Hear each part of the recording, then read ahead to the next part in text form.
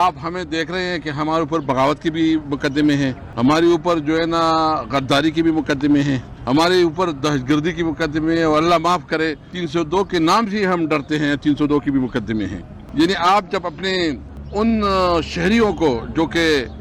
ملک کے لیے اہم خدمات سر انجام دیتے ہیں، پارلیمنٹ میں ایک رول پلے کرتے ہیں، یہ جو ریاست جو اپنی اتھارٹی جس طرح مس یوز کر رہی ہے اور غلط استعمال کر رہی ہے، یہ تاریخ کا حصہ بن رہا ہے، اور اس کا جو یہ مسائل پیدا کر رہے ہیں کہ یہ جو ابھی جتنی بھی یہ مقدمات بنا رہے ہیں اس کی اہمیت ختم ہو رہی ہے، اس جو سیکشن آپ نام مختلف لگا رہے ہیں ہمارے اوپر، تو لوگ سمجھتے ہیں کہ یہ تو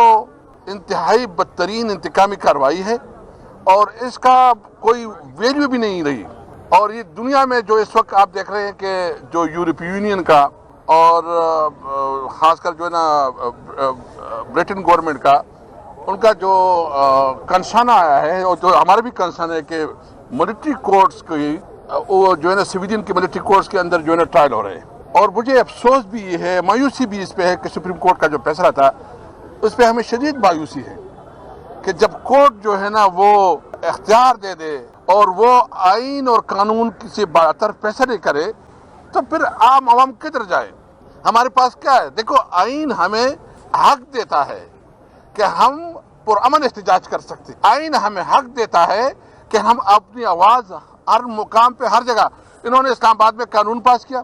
آپ بتائیں جب اسلام آباد میں انہوں نے قانون پاس کیا کہ یہاں جلسہ نہیں ہو سکتا، تو کیا اسلام آباد پاکستان کا حصہ نہیں ہے؟ کیا آئین میں یہ بالکل واضح نہیں ہے کہ تمام سیاسی پارٹیاں، تمام آرگنائزیشن، ہر شہری اپنا پرامن احتجاج ریکارڈ کر سکتا ہے؟ تو وہ قانون تو آئین کے خلاف ہے، وہ تو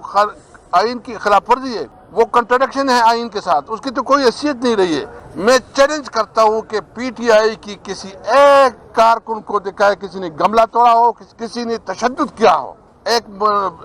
ٹی وی چینل کی بھی میں معافی چاہتا ہوں، آپ کی تو وہ نہیں ہے، لیکن آپ کے اوپر جو انسٹرکشن آتی ہے یک طرفہ پروپیگنڈا طریقے صاحب کے خلاف شروع ہو جاتا ہے، اور ساری ٹی ویز ایسے لگ رہے ہیں کہ وہ پی ٹی وی بن گئے ہیں۔ جب دنیا دیکھ رہی ہے سوشل میڈیا پہ ایک چیز ہے اور یہاں دوسری چیز دکھا رہی ہے، تو اس لیے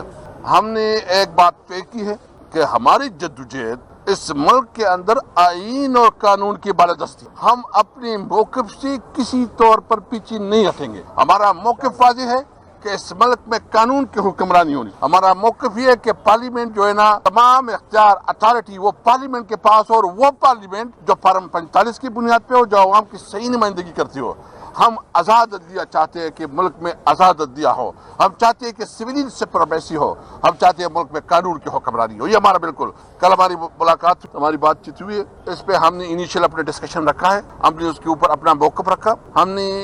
3 پوائنٹس جو ہے نا ان کے سامنے رکھے ہیں۔ نمبر 1، جو اس وقت ملک میں انلافل انلیگل اقدامات ہو رہے ہیں اس کو بند کیا جائے، اور جو ہمارے ورکر کے خلاف کریک ڈاؤنز ہو رہے ہیں، جو جیلوں میں ہمارے ورکر کے ساتھ جو جیل قیدی ہے اس کے ساتھ جو سلوک ہو رہا ہے، اور خاص کر جو اس وقت ہمارے لیڈر ہیں اور دیگر عمران خان اور جتنی بھی ہماری لیڈرشپ ہے ورکر، ان کو رہا کیا جائے۔ ہم رہائی کا مطلب نہیں ہے کہ ہم کوئی رعایت مانگ رہے ہیں، چونکہ ایک انلیگل اور ایک انتقام کی بنیاد پہ انہوں نے یہ ساری کیسز بنائے ہیں، اس کی کوئی قانونی حیثیت نہیں ہے۔ تو جو قانون کے مطابق ہم اپنا قانون کے مطابق کریں گے، لیکن عدالتوں کو پریشر ڈالو، عدالتوں کو جو ہے نا اندر اپنا اثر رسوخ کی بنیاد پہ جو ہے نا کیسے آگے پیچھے کرو، ہم مطالبہ کرتے ہیں کہ اس قسم کے رویوں کو ختم کیا جائے۔ اور ہمارا یہ بھی مطالبہ ہے کہ جو 9 مئی کا اور 26 نومبر کا جو واقعات ہوئے ہیں اس کے اوپر جو ہے نا سینئر ترین ججز آف سپریم کورٹ کے تحت جو ہے نا جوڈیشل انکوائری ہو تاکہ حقائق سامنے آ جائے۔ بانی پی ڈی اے کے رہائی قانون کے مطابق چاہتے ہیں تو عدالتیں بھی موجود ہے، اور اب آپ ایک ایسی حکومت کے سامنے بیٹھ رہے ہیں جس کو آپ 47 کی حکومت کہتے ہیں، تو کیا اس میں وہ قانونی آپ کو نظر آ رہا ہے؟ دیکھیں، ہم نے اپنا موقف رکھا ہے، ہم نے یہ ابھی بھی ہمارا وہی موقف ہے کہ یہ فارم 47 کی حکومت ہے، لیکن جو بھی سچویشن ہے اس کے مطابق تو ہم نے آگے بڑھنا ہے، اور ہم نے ایک اس وقت اس ملک کے جو معاشی حالات ہے اور خاص کر امن و امان کی جو صورتحال ہے، ہم سمجھتے ہیں کہ ایک ذمہ دار پولیٹیکل پارٹی کی حیثیت سے ہم اس ملک کو اس کرائسس سے نکالیں، تو اس لیے ہم نے جو ہے نا ایک راستہ دیا ہے، دیکھتے ہیں حکومت کتنے سنجیدگی کرے۔ جو آپ کے مطالبات ہیں اگر یہ ماننے ہوتے تو اتنا بڑا سب کچھ نہ ہو جاتا، آپ پھر بھی رکھ رہے ہیں، تو کیا سمجھتے ہیں یہ قابل قبول ہے یا قابل منظور ہے؟ دیکھیں، دیکھتے ہیں